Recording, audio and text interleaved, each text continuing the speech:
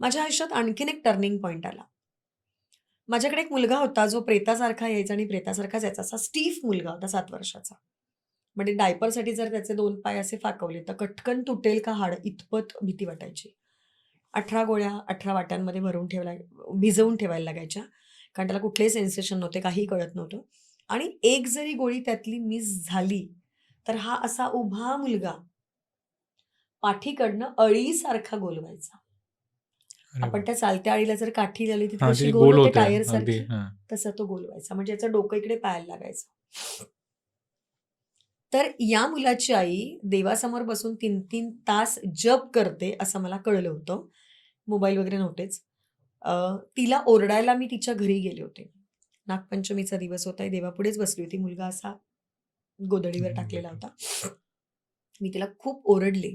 "तुला अक्कल आहे का गं? अशी जप-तप करून मुलं दुरुस्त होतात का? मग डॉक्टरची गरज काय? आम्ही कशासाठी?" अहो, तो प्रसंग खूप भयाण होता. हात जोडले होते देवापुढे. मी देवापुढे हे सगळं बडबड करते. तर तिने एकदम शांतपणे माझ्याकडे पाहिलं आणि ती मला म्हणाली, की "अगं, हा दुरुस्त व्हावा म्हणून नाही, हा लवकर मरावा म्हणून जप करत आहे." माझं बाळ गेल्यावर मी जेवढी रडली असेल ना, त्याच्या दुपटीनं त्या दिवशी रडले. आणि त्या दिवशी मला रिअलाईज झालं, की मी ते एक ब्लेस्ड आई आहे. मी यातनं सुटले.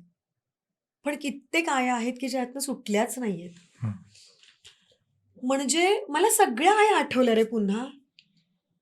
म्हणजे मला एक माझी काकू जी संस्कार वर्ग घ्यायची, तरी पण ती वृद्धाश्रमात राहायची. लोकं तिला सुद्धा सांगायला कमी नव्हते करत, की तुझे संस्कार कमी पडले. म्हणजे इथून तिथून आईच. तुला सांगते मला इतका भयान त्रास झाला आणि मी त्या दिवशी ठरवलं, की विशेष मुलांसाठीच काम करायचं. त्याहीपेक्षा त्या आयांसाठी काम करायचं. मोरल इतकं खचलेलं आहे, की तिच्या घरात लग्न असेल, तर तू लग्नाला जातेस का? हे सुद्धा तिला कोणी विचारत नव्हतं.